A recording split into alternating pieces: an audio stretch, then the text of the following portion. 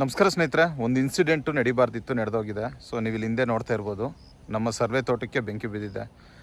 ಇದಾಗಿ ಒಂದು 10-15 ದಿನ ಆಯಿತು. ಸರಿ, ಒಂದು ವಿಡಿಯೋ ಮಾಡೋಣ ಅಂತ ಅಂದ್ಕೊಂಡೆ. ಸರಿ, ಬೇಡ ಬಿಡಿ, ಈ ಪ್ರಾಬ್ಲಮ್ನ ನಿಮ್ಮ ಹತ್ರ ಬೇರೆ ಏನಕ್ಕೆ ಶೇರ್ ಮಾಡೋದು ಅನ್ನುವಂಥದ್ದು ಒಂದು ಮೈಂಡ್ ಸೆಟ್ಟಲ್ಲಿದ್ದೆ. ಬಟ್ ಪ್ರತಿಯೊಬ್ಬ ರೈತರು ಕೂಡ ಇದನ್ನು ಫೇಸ್ ಮಾಡಿರ್ತಾರೆ, ನಾವು ಇದನ್ನು ತಿಳಿಸೋಣ ಅಂದ್ಬಿಟ್ಟೆ ಈ ವಿಡಿಯೋ ಮಾಡ್ತಾ ಇರುವಂಥದ್ದು. ಇದಾಗಿ ಒಂದು 10-15 ಡೇಸ್ ಆಯಿತು. ಯಾವ ರೀತಿ ಬೆಂಕಿ ಬೀಳ್ತು, ಹೆಂಗಾಯಿತು ಅನ್ನೋದಕ್ಕಿಂತ ಮುಖ್ಯವಾಗಿ ಸ್ನೇಹಿತರೆ, ಈ ಪ್ಲ್ಯಾಂಟ್ ಇದೆಯಲ್ಲ ಕೇಸರಿನ, ನೀವು ನೋಡ್ತಿರ್ಬೋದು ಲಾಸ್ಟ್ ವೀಡಿಯೋದಲ್ಲೆಲ್ಲ ಯಾವಾಗಲೂ ಗ್ರೀನಾಗಿ ಕಾಣ್ತಾ ಇತ್ತು. ಸೊ ಫುಲ್ಲು ಒಣಗೋಗಿ ಬರೀ ಕಡ್ಡಿಗಳು ಕಾಣ್ತಾಯಿದೆ, ಗ್ರೀನಿಶೇ ಇಲ್ಲ. ಈ ಪ್ಲ್ಯಾಂಟು ಬಂದು ನಾನು ತಿಳಿಸಿದ್ದೀನಿ ಸುಮಾರು ಸರಿ. ಮೇಕೆಗೆ ಮೇವು ಕೊಯ್ಕೊಂಡು ಹೋಗ್ಬೇಕಾದ್ರೆ 1000 ಬೇಕಾದ್ರೆಲ್ಲ ವೀಡಿಯೋ ಮಾಡಿ ತಿಳಿಸಿದ್ದೀನಿ. ಸೊ ಇದರ ಒಂದು ಎಲೆ ಬಂದು ತುಂಬ ಸಣ್ಣದು ಎಲೆ, ಅಂತಂದರೆ ಎಲೆ ಥರನೇ ಕಾಣಲ್ಲ, ಇದೊಂಥರ ಸಣ್ಣ ಕಡ್ಡಿಗಳ ರೀತಿ ಇರುತ್ತೆ. ಸೊ ಅದಕ್ಕೇ ಮೇಕೆಗಳು ಇಷ್ಟಪಟ್ಟು ತಿನ್ನುವಂಥದ್ದು. ಬೆಂಕಿ ಅಂದ ತಕ್ಷಣ ಇಡೀ ತೋಟ ಫುಲ್ ಕತ್ಕೊಳ್ಳುತ್ತೆ, ಮರಗಳೆಲ್ಲ ಸುಟ್ಟೋಗುತ್ತೆ, ಆ ರೀತಿ ಏನಿಲ್ಲ. ಕೆಳಗಡೆ ಏನು ಕಳೆ ಇದೆಯಲ್ಲ, ಆಮೇಲೆ ನಾವು ಏನು ಇದನ್ನೆಲ್ಲ ಬ್ರಾಂಚಸ್ ಎಲ್ಲ ತೆಗೆದಿರ್ತೀವಲ್ಲ, ಅದು ಕೆಳಗೆ ಬಿದ್ದಿರುತ್ತಲ್ಲ, ಅದಕ್ಕೆ ಬೆಂಕಿ ಕತ್ಕೊಂಡಿರುವಂಥದ್ದು. ಇದು ತುಂಬ ಸೂಕ್ಷ್ಮ ಎಳೆ ಬಂದು, ತುಂಬ ಸೂಕ್ಷ್ಮ. ಆಮೇಲೆ ತೊಗಟೆ ಕೂಡ ಅಷ್ಟೇ, ಇದು ತೊಗಟೆನೂ ತುಂಬ ಸೂಕ್ಷ್ಮ ಆಗಿರುವಂಥದ್ದು. ಸೊ ಬೆಂಕಿ ಕೆಳಗಡೆ ಹೋಗ್ಬೇಕಾದ್ರೆ ಒಂದು 5 ಫೀಟ್ 6 ಫೀಟ್ ಅಷ್ಟು ಬೆಂಕಿ ಮೇಲಕ್ಕೆ ಹೋಗಿದೆ. ಮೇಲಕ್ಕೆ ಹೋಗಿರೋ ಕಾರಣದಿಂದ ಸ್ನೇಹಿತರೆ, ಆ ಎಲೆಗೆ ಏನು ನೀವು ಇಲ್ಲಿ ನೋಡ್ತಾ ಇದ್ದೀರಲ್ಲ, ಈ ಸಣ್ಣ ಎಲೆಗಳಿಗೆ ಈಟ್ ತಗಲಿ, ಸೊ ತೋಟ ಎಲ್ಲ ಡ್ರೈ ಆಗೋಕ್ಕೆ ಸ್ಟಾರ್ಟ್ ಆಗೋಗಿದೆ, ನೀವು ನೋಡ್ತಾ ಇರ್ಬೋದು. ಇದು ಯಾವ ರೀತಿ ಆಯಿತು ಅಂತಂದರೆ, ಇವನ್ ಬೇಸಿಗೆಲೇ ಆಗಕ್ಕೆ ಬಿಟ್ಟಿರಲಿಲ್ಲ, ನಾನು ಬರ್ತಾ ಇದ್ದೆ ಆಗಾಗ, ಏನು ತೊಂದರೆ ಇರಲಿಲ್ಲ. ಇದನ್ನು ಸ್ಟಾರ್ಟ್ ಆಗಿರುವಂಥದ್ದು ಮಳೆಗಾಲ ಸ್ಟಾರ್ಟ್ ಆಗಿದೆ, ಜುಲೈ. ಇವಾಗ ನಾನೀಗ ವೀಡಿಯೋ ಮಾಡ್ತಿರೋ ದಿನ ಬಂದು ಜುಲೈ 28, ಮಳೆಗಾಲ. So middle of the monsoon, ಮಳೆ ಆಗಿಲ್ಲ. ಮೇನ್ ರೀಸನು ಮಳೆ ಆಗದೆ ಇರೋದೇ ರೀಸನು ಇದು ಈ ರೀತಿ ಆಗೋಕ್ಕೆ. ಸೊ ಕಳೆ ಬೆಳ್ಕೊಂಡಿತ್ತು, ಎಲ್ಲರೂ ಕಳೆ ಔಷಧಿ ಹೊಡೀರಿ ಅಂತಿದ್ರು. ನಿಮಗೆ ಗೊತ್ತಲ್ಲ, ನಾ ಕಳೆ ಔಷಧಿನೂ ಹೊಡೆದಿದ್ರೆ ಇನ್ನೂ ಜೋರಾಗಿ ಉರಿತಿತ್ತು, ಅದರಲ್ಲಿ ಯಾವುದೇ ಡೌಟ್ ಇಲ್ಲ. ಸೊ ಕಳೆ ಔಷಧಿನೂ ಏನು ಹೇಳ್ತಿರಲಿಲ್ಲ, ಸಣ್ಣ ಪುಟ್ಟ ಕಳೆ ಬೆಳ್ಕೊಂಡಿತ್ತು. ಆಮೇಲೆ ಈ ಬ್ರಾಂಚಸ್ ಎಲ್ಲ ಕೆಳಗಡೆ ಬಿದ್ದಿತ್ತು. ಅದೇನಾಯಿತು, ಒಂದು ಕಡೆ ಫೈರ್ ಆದಮೇಲೆ ಅದು ಎಲ್ಲ ಕಡೆ ಸ್ಪ್ರೆಡ್ ಆಗಿದೆ. ಯಾವ ರೀತಿ ಫೈರ್ ಆಯಿತು? ಸೊ ಫೈರ್ ಯಾವ ರೀತಿ ಆಯಿತು ಅಂತಂದರೆ, ತುಂಬ ಜನ ಯಾರೋ ಬೆಂಕಿ ಇಟ್ಟಿದ್ದಾರೆ ಅಂತಾರೆ, ತುಂಬ ಜನ ಇಲ್ಲ ಏನೋ ಒಂದು ಆಕಸ್ಮಿಕವಾಗಿ ಶಾರ್ಟ್ ಸರ್ಕ್ಯೂಟ್ ಏನೋ ಆಗಿರ್ಬೋದು ಅಂತಾರೆ. ಬಟ್ ಆ ರೀತಿ ಯಾವುದೂ ಕಾಣ್ತಾ ಇಲ್ಲ. ಸೊ ನಮ್ಮ ಜಮೀನು ಆ ಕಡೆ ಎಂಡಲ್ಲಿ ನಾನೇನು ಮಾಡಿದ್ದೀನಿ, ಪಕ್ಕದಲ್ಲೇ ಕೆರೆ ಇದೆ, ನಮ್ಮ ಜಮೀನು ಪಕ್ಕದಲ್ಲೇ ಕೆರೆ ಇದೆ. ನಮ್ಮ ಜಮೀನಲ್ಲೇ ನಾನು ರೋಡನ್ನು ಬಿಟ್ಕೊಟ್ಟಿದ್ದೀನಿ. ಸೊ ಈ ಪಕ್ಕದ ಹಳ್ಳಿಗಳವರೆಲ್ಲ ಕೆರೆಗೆ ಹೋಗುವಂಥದ್ದು 12 ಅವರ್ಸು ಆ ಕಡೆ ಈ ಕಡೆ ಓಡಾಡ್ತಾನೆ ಇರ್ತಾರೆ. ಸೊ ಹಸುಗಳನ್ನ ಕೆರೆ ಬಯಲಿಗೆ, ಈಗ ನೀರು ತುಂಬಿಲ್ಲಲ್ಲ, ಕೆರೆಗಳಲ್ಲಿ ಒಳ್ಳೆ ಮೇವು ಸಿಗುತ್ತೆ ಅಂತ ಕುರಿ ಮೇಕೆ ಹಸುಗಳನ್ನೆಲ್ಲ ತಗೊಂಡೋಗಿ ಮೇಯಿಸುವಂಥದ್ದು, ಅಲ್ಲೇ ನೀರು ಕುಡಿಯುವಂಥದ್ದು. ಬೆಳಿಗ್ಗೆ ಒಂದು 8-9 ಗಂಟೆಗೆ ಅವ್ರು ಬತ್ತು ಅಂದರೆ ಸಾಯಂಕಾಲ 5ರಿಂದ 6 ಗಂಟೆ ಗಂಟಲು ಅಲ್ಲೇ ಇರ್ತಾರೆ, ಓಡಾಡ್ಕೊಂಡು ಇರ್ತಾರೆ.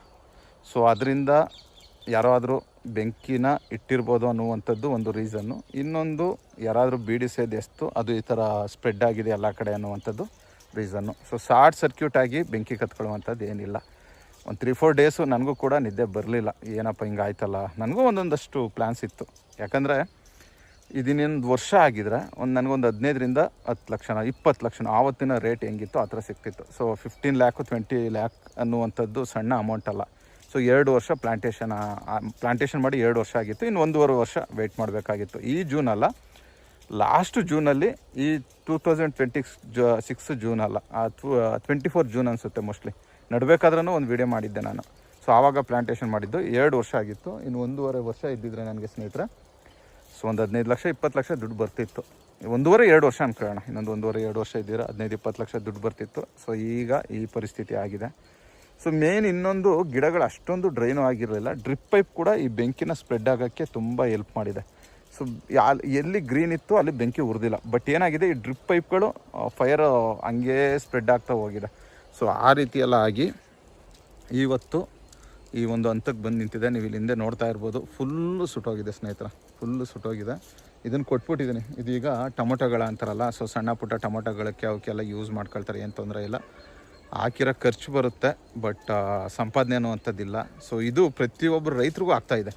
ಸೊ ಈ ಸರಿ ಬೇಸಿಗೆಗಿಂತ ಹೆಚ್ಚಾಗಿ ಬಿಸಿಲು ಹೊಡಿತಿದೆ. 1.5 ತಿಂಗಳು 2 ತಿಂಗಳಾಯಿತು ಮಳೆ ಆಗಿ ಈ ಭಾಗದಲ್ಲಿ. ಇನ್ನೊಂದು ವಿಚಾರ ಏನು ಅಂತಂದರೆ ಸ್ನೇಹಿತರೆ, ಮಳೆ ಆಧಾರಿತ ಕೃಷಿ ತುಂಬ ಇದೆ. ಆಲ್ರೆಡಿ ನಮ್ಮ ಭಾಗಗಳಲ್ಲಿ 3 ಮಂತ್ಸ್ ಬ್ಯಾಕು 1 ಕ್ವಿಂಟಾಲು ಭತ್ತ 1,500 ಇದ್ದಿದ್ದು 2,500 ಆಗಿದೆ. ಈಗ ನೀರು ಬರಲ್ಲ, ಮಳೆ ಬರಲ್ಲ, ಈ ಸರಿ ಬರಗಾಲ ಅಂತ ಪ್ರತಿಯೊಂದು ಕೂಡ ಅಷ್ಟೇ. ಈಗ ನಾವೇನೋ KRS, ನಮ್ಮದು ಬಂದು ಮೈಸೂರು ಮಂಡ್ಯ ಡಿಸ್ಟಿಕ್ಕಲ್ಲಿ KRS, ಕಬಿನಿ ಇದನ್ನೆಲ್ಲ ಡಿಪೆಂಡ್ ಆಗಿರ್ತೀವಿ. ಬಟ್ ಮಳೆ ಆಧಾರಿತ ತೊಗರಿ ಆಗಿರ್ಬೋದು, ಜೋಳ, ಆಲೂಗಡ್ಡೆ, ಈರುಳ್ಳಿ, ಇವೆಲ್ಲ ಕೂಡ ಕಂಪ್ಲೀಟಾಗಿ ರೈನ್ ಡಿಪೆಂಡೆಂಟ್. ಸೊ ಈ ಥರ ತುಂಬ ಪ್ರಾಬ್ಲಮ್ ಆಗುತ್ತೆ ಈ ಸರಿ. ಏನಾದ್ರು ಇನ್ನೂ ಟೈಮ್ ಇದೆ, ಜುಲೈ ಇದು, ಆಗಸ್ಟಲ್ಲಾದ್ರೂ ಮಳೆ ಬರಬೇಕು.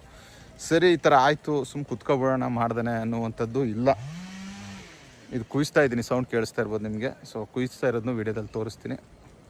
ಕೂದು ಕಟ್ ಮಾಡಿ ಅವ್ರಿಗೆ ಗಳಕ್ಕೆ ತಗೊಂಡು ಹೋಗ್ತಿದ್ದಾರೆ. ಸೊ ಬಂದಷ್ಟು ಬರಲಿ, ಇದನ್ನೆಲ್ಲ ತೆಗೆಸಿ ನೆಕ್ಸ್ಟು ಏನಾದರೂ ತೋಟ ಮಾಡೋಣ. ನಾವು ಕೋಳಿ ಸಾಕಾಣಿಕೆ ಮಾಡೋ ಥರ ಇಲ್ಲಿನೂ ಫಸ್ಟು ಸಮಗ್ರ ಕೃಷಿ ಮಾಡೋಣ, ಒಂದು 5 ಲೇಯರ್ ಫಾರ್ಮಿಂಗ್ ಮಾಡೋಣ ಅಂದ್ಕೊಂಡು ಪ್ಲ್ಯಾನ್ ಮಾಡಿ ಇದನ್ನೆಲ್ಲ ಬೇರುಗಳನ್ನೆಲ್ಲ ತೆಗೆಸಿ ಪ್ಲಾಂಟೇಶನ್ ಮಾಡ್ತೀನಿ ಸ್ನೇಹಿತರೆ. ಸೊ ಯಾವ ರೀತಿ ಇದನ್ನು ಡಿಫೈನ್ ಮಾಡೋದು, ಏನಕ್ಕೆ ಹಿಂಗಾಯಿತು, ಎಷ್ಟು ದಿನ ಅಂತ ಕೊರಗೋದು, ಹಿಂಗಾಯ್ತಲ್ಲ ಅಂತ. ಆಮೇಲೆ ಇನ್ನೂ ಒಂದು ಇದು ಅಂತಂದರೆ ಸ್ನೇಹಿತರೆ, ನನ್ನ ಜಾಗದಲ್ಲೇ ರೋಡ್ ಬಿಟ್ಟಿದ್ದೀನಿ ನಾನು, ಯಾರೊಬ್ಬರು ಕೂಡ ಫೋನ್ ಮಾಡಿ ಹೇಳಿಲ್ಲ. ಪಾಪ ಪಕ್ಕದ ಜಮೀನವ್ರು ಹೇಳಿದ್ರು. ಆಮೇಲೆ ಕೇಳಿದೆ ಯಾವ ರೀತಿ ಆಯ್ತಣ್ಣ, ಯಾರಾದರೂ ಬಿಡಿ ಎಸಿದ್ರೆ ಹೆಂಗೆ ಏನು ಅಂತ. ಅಣ್ಣ ನಿಮ್ಮ ಜಮೀನಲ್ಲೆಲ್ಲ ಫಸ್ಟು ಬೆಂಕಿ ಕತ್ಕೊಂಡಿದ್ದು, ಪಕ್ಕದ ಜಮೀನಲ್ಲಿ ಬೆಂಕಿ ಕತ್ಕೊಳ್ತು. ಸೊ ಅವರು ಪಕ್ಕದವರು ಸ್ವಲ್ಪ ಸರ್ವೆ ಹಾಕಿದ್ರು, ಅವರು ಎಲ್ಲ ಉರಿದು ನಿಮಗೆ ಸ್ಪ್ರೆಡ್ ಆಯಿತು. ಸರಿನಪ್ಪ, ಅವ್ರಿಗಾದ್ರೂ ಫೋನ್ ಮಾಡಿ ಹೇಳೋದಲ್ವ ಅಂತಂದೆ. ಅಯ್ಯೋ ಅವ್ರು ಬೇಡ, ಅವ್ರು ಫೋನ್ ಮಾಡಿ ಹೇಳಿದ್ರೆ ಯಾರು ಕೇರ್ ತಗೊಳ್ಳಲ್ಲ, ನಮ್ಮನ್ನೇ ಆರಿಸಿ ಅಂತಂದರು, ಹಂಗೆ ಹಿಂಗೆ ಅಂದರು. ಸೊ ಜನ ಹೆಂಗೆ ಅಂತಂದರೆ ನಮ್ಮ ದೇಶದಲ್ಲಿ ಸಿಕ್ಕಾಪಟ್ಟೆ ಸೆಲ್ಫಿಶ್ನೆಸ್ ಜಾಸ್ತಿ ಆಗ್ಬಿಟ್ಟೈತೆ. ತುಂಬ ಯಾವ ರೀತಿ ಅಂದರೆ ಉರಿತೈತೆ, ಉರಿಲಿ ಬಿಡು ಅಂತ ಖುಷಿ ಪಡೋರು ತುಂಬ ಜನ ಆಗ್ಬಿಟ್ಟಿದ್ದಾರೆ. ನಾವು ಅದೇ ಇದರಲ್ಲಿ ಎಲ್ಲನೂ ನಾವು ಮೈಂಡಲ್ಲಿ ಇಟ್ಕೊಳ್ಬೇಕು.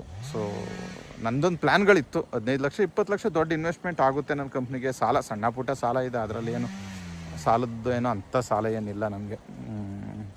ಬೈಕ್ ಲೋನು, ಕಾರ್ ಲೋನು, ಆ ಥರಗಳ ಸಾಲಗಳು ಅವು ಇವು ಏನೂ ಇಲ್ಲ. ಸಣ್ಣ ಪುಟ್ಟ ಕೈ ಸಾಲ, ಅವು ಇವು ಗೋಲ್ಡ್ ಲೋನ್ ಈ ಥರ ಇದ್ದಿದ್ದು. ಸರಿ ಅದನ್ನು ಮುಗಿಸಿ ಏನಾದರೂ ಒಂದು ನಮ್ಮ ಕಂಪ್ನಿಗೆ ಇನ್ವೆಸ್ಟ್ಮೆಂಟ್ ಮಾಡ್ಕೊಳ್ಳೋಣ, ಏನಾದರೂ ಮಾಡೋಣ ಅನ್ನುವಂಥ ಒಂದು ಐಡಿಯಾದಲ್ಲಿ ಇದ್ದೆ. ಬಟ್ ಏನು ಮಾಡೋದು, ನಮ್ಮ ಪ್ಲ್ಯಾನ್ಗಳು ಏನೋ ಇರುತ್ತೆ, ಅದೇನೋ ಒಂದು ಆಗುತ್ತೆ. ನಮ್ದು ಇಷ್ಟ ಕೆಲಸ ಮಾಡ್ಕೊಂಡು ಹೋಗ್ತಾ ಇರಬೇಕು. ಇನ್ನೊಂದು ಸ್ಟೆಪ್ಪು ಮುಂದೆ ಬರ್ತಿದ್ದೆ ನಾನು, ಖಂಡಿತವಾಗ್ಲೂ ಇನ್ನೊಂದು ಸ್ಟೆಪ್ಪು. ಒಂದು 20 ಲ್ಯಾಕ್ಸ್ ನನಗೆ ಆಗಿದ್ರೆ 20 ಲ್ಯಾಕ್ಸ್ ಇನ್ವೆಸ್ಟ್ಮೆಂಟ್ ಮಾಡ್ತಿದ್ದೆ, ಇಲ್ಲ ಇನ್ನೊಂದು ಎಕರೆ ಜಮೀನು ತಗೊಳ್ತಿದ್ದೋನೇನೋ. ಸೊ ಆ ರೀತಿ ಇತ್ತು ನಂದು. ಇದು 3rd ಟೈಮು. ಇದೊಂದು ಸರಿ ನಾನು ಸಕ್ಸಸ್ ಆಗಿದ್ದರೆ ನನಗೊಂದು ಒಳ್ಳೆ ಪ್ರಾಫಿಟ್ ಬರೋದು. ಆಗಲಿಲ್ಲ. ನಮ್ದು ಏನೋ ಒಂದು ಪ್ಲ್ಯಾನ್ ಇದ್ದರೂ ಕೂಡ ದೇವ್ರದ್ದೇನೋ ಒಂದು ಪ್ಲ್ಯಾನ್ ಇರುತ್ತೆ. ಒಂದು ಇನ್ನೊಂದು ಸ್ಟೆಪ್ ಮುಂದಕ್ಕೆ ಹೋಗ್ತಿದೆ, ಖಂಡಿತವಾಗ್ಲೂ ಮುಂದಕ್ಕೆ ಹೋಗ್ತಿದೆ. ಸೊ ಆ್ಯಡ್ ಆನ್ ಆಗ್ತಿತ್ತು. ಒಂದು 4 ಎಕರೆ ಇವನ ಹತ್ರ ಇದೆ, 5 ಎಕರೆ ಇವನ ಹತ್ರ ಇದೆ ಅಂದರೆ ಇನ್ನೊಂದು ಎಕರೆ ಆ್ಯಡ್ ಆಗೋದು. ಅದರಲ್ಲಿ ಯಾವುದೇ ರೀತಿಯ ಡೌಟ್ ಇರಲಿಲ್ಲ. ನಾನು ಯಾವತ್ತೂ ಸ್ನೇಹಿತರೆ ಬೇರೆಯವ್ರಿಗೆ ಮೋಸ ಮಾಡಬೇಕು, ಅವ್ರ ದುಡ್ಡು ಇವ್ರ ದುಡ್ಡು ಅದೆಲ್ಲ ಇಲ್ಲ. ನನ್ನ ಮೈಂಡ್ ಸೆಟ್ಟಲ್ಲಿ ಇರುವಂಥದ್ದು ಒಂದೇ, ನಾವು ಸಂಪಾದನೆ ಮಾಡಬೇಕು, ನನ್ನಿಂದ 4 ಜನಕ್ಕೆ ಹೆಲ್ಪ್ ಆಗಬೇಕು ಅನ್ನೋವಂಥ ಒಂದು ಉದ್ದೇಶ ಬಿಟ್ಟರೆ ನಾನು ಬೇರೆ ಏನೂ ಇಲ್ಲ. ಈ ನನಗೆ ಹತ್ತತ್ರ ಈಗ 39-40 ಇಯರ್ಸು. ಸೊ ನನ್ನ ಒಂದು ಇದರಲ್ಲಿ ಯಾರೊಬ್ಬರು ಕೂಡ ರಂಜಿತ್ ನನ್ನ ದುಡ್ಡು ತಿನ್ಕೊಂಡ, ಈ ರೀತಿ ಮೋಸ ಮಾಡ್ದ, ಈ ರೀತಿ ಅನ್ನುವಂಥ ಮಾತುಗಳು ಇರಬಾರ್ದು. ಫ್ರೆಂಡ್ಶಿಪ್ಪು, ದುಡ್ಡಿಲ್ವಾ ಫ್ರೆಂಡ್ಸ್ ಹತ್ರ ಇಸ್ಕೊಳ್ತೀನಿ ಒಂದಷ್ಟು ದಿನ, ಇಲ್ಲ ಸಾಲ ಮಾಡಿ ಖರ್ಚು ಮಾಡ್ತೀನಿ, ಕ್ರೆಡಿಟ್ ಕಾರ್ಡ್ಗಳಿದೆ 4-5 ಏನೋ ಒಂದು ಮಾಡ್ಕೊಂಡು ಹೋಗ್ತಿದ್ದೆ. ಸೊ ಅದೇ ಹೇಳಿದ್ನಲ್ಲ, ನಮಗೆ ನಮ್ಮ ಪ್ಲ್ಯಾನ್ಗಳು ನಾವು ಅಂದ್ಕೊಂಡಂಗೆ ಏನೂ ನಡೆಯಲ್ಲ. ಅದೇನಾಗುತ್ತೋ ಅದಾಗಲಿ. ಸೊ ಇದನ್ನು ತೆಗೆಸಿ ತೋಟ ಮಾಡೋಕ್ಕೆ ಪ್ರಯತ್ನ ಪಡೋಣ. ನಾನು ಯಾವಾಗಲೂ ಅಷ್ಟೇ ಅಕ್ಕಪಕ್ಕ ಜಮೀನವ್ರ ಜೊತೆಲಿ ಜಗಳ ಆಡುವಂಥದ್ದು, ಅವ್ರು ತೇವರಿಸಾವ್ರಲಿ 1 ಮೀಟ್ರ್ ನನ್ನ ಜಮೀನು ಒಳಗೆ ಬರಲಿ. ಸೊ ಅದ್ರ ಬಗ್ಗೆ ನಾನು ಯಾವತ್ತೂ ತಲೆ ಕೆಡಿಸ್ಕೊಳ್ತಾ ಇರಲಿಲ್ಲ. ನಾವು ಇದನ್ನು ತೆಂಗಿನ ತೋಟ ಮಾಡೋಣ ಈ ಸರಿ ಅಂತ ಅಂದ್ಕೊಂಡೆ. ಬಟ್ ನಮ್ಮದು ಇನ್ನೊಂದು ತೆಂಗಿನ ತೋಟ ಇದೆಯಲ್ಲ, ನಮ್ಮ ಅಣ್ಣ ನೋಡ್ಕೊಳ್ತಾರೆ ಅದನ್ನು. ಆ ತೆಂಗಿನ ತೋಟದಲ್ಲಿ ಸ್ವಲ್ಪ ಎಕ್ಸ್ಪೀರಿಯೆನ್ಸ್ ಆಗಲಿ, ಏನೆಲ್ಲ ಪ್ರಾಬ್ಲಮ್ಸ್ ಬರುತ್ತೆ. ಈಗ ಅದು 6 ಎಕರೆ ತೆಂಗಿನ ತೋಟ ಇರುವಂಥದ್ದು, ಅದನ್ನು ನಾವು ಇಲ್ಲಿ ನಮಗೆ ಅಪ್ಲೈ ಮಾಡಿದ್ರೆ ತುಂಬ ಚೆನ್ನಾಗಿರುತ್ತೆ. ಸೊ ಏನೆಲ್ಲ ಡಿಸೀಸ್ಗಳು ಬರುತ್ತೆ, ಯಾವ ರೀತಿ ನಾವು ಅವನ್ನೆಲ್ಲ ಕೇರ್ ಮಾಡೋದು, ಫೆನ್ಸಿಂಗ್ ಯಾವ ರೀತಿ ಅನ್ನೋದೆಲ್ಲ ಈಗ ಆಲ್ರೆಡಿ ಎಕ್ಸ್ಪೀರಿಯೆನ್ಸ್ ಆಗಿದೆ. ಆ ತೋಟ ಫಲ ಬಿಡ್ತಿದೆ, 7 ಇಯರ್ಸ್ ಆಯಿತು ಆ ತೋಟಕ್ಕೆ. ಸೊ ಅದೇ ಥರ ಮಾಡೋಣ ಅಂತ ಅಂದ್ಕೊಂಡಿದ್ದೀನಿ. ಸ್ವಲ್ಪ ಒಂದು 5-6 ತಿಂಗಳು ಈ ಕಡೆ ತಲೆ ಹಾಕಲ್ಲ. ಪದೇ ಒಂಥರ ಇಲ್ಲಿ ಬಂದರೆ ಒಂಥರ ಇದೇ ಫೀಲ್ ಆಗುತ್ತೆ, ಓ ಈ ರೀತಿ ಆಯ್ತಲ್ಲ ಅನ್ನುವಂಥದ್ದು. ಸೊ ಪ್ರತಿಯೊಬ್ಬ ರೈತನಿಗೂ ಈ ಅನುಭವ ಆಗಿರುತ್ತೆ. ವಿಡಿಯೋ ನೋಡೋರಿಗೆಲ್ಲ ಅರ್ಥ ಆಗುತ್ತೆ ಅಂದ್ಕೊಳ್ತೀನಿ. ಮಳೆ ಬಂದು ಬಾಳೆ ಬೀಳುವಂಥದ್ದು, ಕಬ್ಬಿನ ತೋಟಕ್ಕೆ ಬೆಂಕಿ ಬೀಳುವಂಥದ್ದು, ಒಂದೊಂದು ಸರಿ ಶುಂಠಿ 15-20 ಲಕ್ಷ ಖರ್ಚು ಮಾಡಿರ್ತಾರೆ. ಸೊ ಎಲ್ಲ ಕೊಳೆ ರೋಗ ಬಂದು ಹೊರಟೋಗುವಂಥದ್ದು. ಭತ್ತ 10 ಎಕರೆ 20 ಎಕರೆಗೆ ಝೋನ್ ಅಂತ ಒಂದು ರೋಗ ಕರೀತಾರೆ. ಸೊ ಆ ರೀತಿ ರೋಗಗಳು ಬರುವಂಥದ್ದು ಇವೆಲ್ಲ ಇದ್ದಿದ್ದೇನೆ. ಸೊ ಎಲ್ಲನೂ ಅಕ್ಸೆಪ್ಟ್ ಮಾಡ್ಕೊಳ್ಳೋಣ, ಇದನ್ನು ಮತ್ತೆ ಜ್ಞಾಪಿಸ್ಕೊಳ್ಳೋದು ಬೇಡ. ಸೊ ಸ್ನೇಹಿತರೆ, ಮುಂದೆ ನೆಕ್ಸ್ಟ್ ಏನು ಮಾಡ್ತೀನಿ ಈ ತೋಟದಲ್ಲಿ ಅನ್ನೋದನ್ನ ತಿಳಿಸ್ತಾ ಇರ್ತೀನಿ ಮಧ್ಯೆ ಸ್ನೇಹಿತರೆ. Thank you.